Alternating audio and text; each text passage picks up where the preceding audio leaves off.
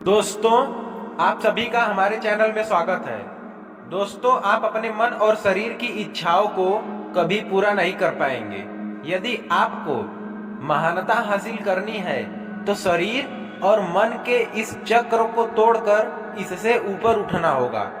हमारा मन लालच से भरा होता है, इसे कभी भी नहीं भरा जा सकता। लोग सिर्फ इस भ्रम में जीते हैं कि शायद कल मेरा मन भर जाएगा, लेकिन ईश्वर ने मन को बनाया ही इस तरह से है कि उसे भरा नहीं जा सकता। हमारा मन हमें हमेशा किसी न किसी लालच में फंसाए रखता है और हमें हमारे लक्ष्य से दूर कर देता है। जो लोग अपने मन को कंट्रोल करके लगातार अपनी सफलता के लिए काम करते हैं, वही लोग दुनिया में आगे बढ़ पाते हैं। इसीलिए अपने मन को ऐसी चीजों से हमेशा दूर रखें जो आपके जीवन में मुसीबत खड़ी कर सकती है। अपने मन को उतने में ही संतुष्ट रखना सीखें जितना आपको मिलता है। जरूरत से ज्यादा चीजों की चाहत रखना अक्सर हमारे दुखों का कारण बनती है। आइए इसको एक छोटे से कहानी के माध्यम से समझते हैं, जो आपका पूरा दिमाग खोल देगी। एक बार एक राजा के महल पर बहुत भीड़ लगी हुई थी।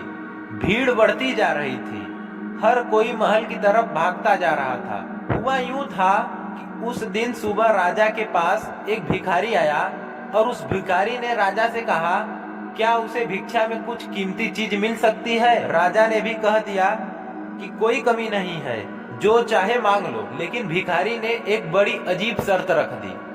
उसने कहा कि वह भिक्षा तभी लेता है जब यह आश्वासन मिल जाए कि उसका भिक्षा पात्र पूरा भर दिया जाए। भिक्षु ने यह भी कह दिया कि मैं अधूरा भिक्षा पात्र लेकर नहीं जाऊंगा, अगर यह वचन दोगे तो ही भिक्षा लूंगा। राजा हंसा और उसने कहा, तुमने मुझे क्या समझ रखा है? क्या मैं एक भिखारी का भिक्षा पात्र भी नहीं भर सकूंगा? और राजा ने शर्त मान ली। भिखारी भी हंसा और उसने कहा, महाराज एक बार फिर सोच लें, क्योंकि ना मालूम कितने लोगों ने यह शर्त स्वीकार की है और वे इसे पूरा नहीं कर पाए हैं। राजा ने मुस्कुराते हुए अपने वजीरों से कहा कि जाओ, अनाज के दानों से नहीं बल्कि हीरो और मोतियों से इसका भिक्षा पात्र भर दो। भिखारी ने दोबारा टोकने की कोशिश करी, पर राजा ने वजीरों से कहा, समय बर्बाद मत करो, जाओ और उसके भिक्षा पात्र को हीरो मोतियों से भर दो। वजीर बहुत से हीरे मोती लेकर आया और उस भिखारी के भिक्षा पात्र में डाल दिए। भिक्षा पात्र में डालते ही वे हीरो मोती खो गए और भिक्षा पात्र खाली का खाली रहा। सुबह से दोपहर हो गई, लेकिन वो भिक्षा पात्र खाली का खाली ही रहा।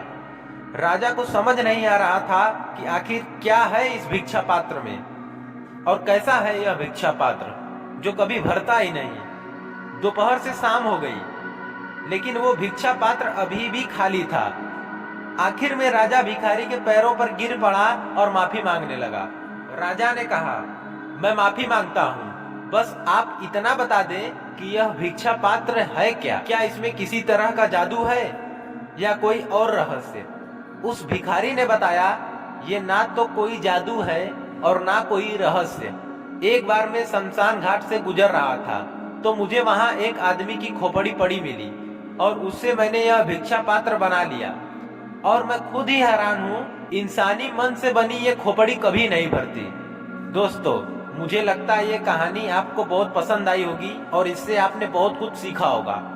दोस्तों, अगर आपको ये जरा से भी कहानी पसंद आई हो, अगर आपने कुछ इससे सीखा हो, तो हमारे चैनल को सब्सक्राइब और लाइक जरूर करिएगा वीडियो को। जय श्री राम दोस्तों।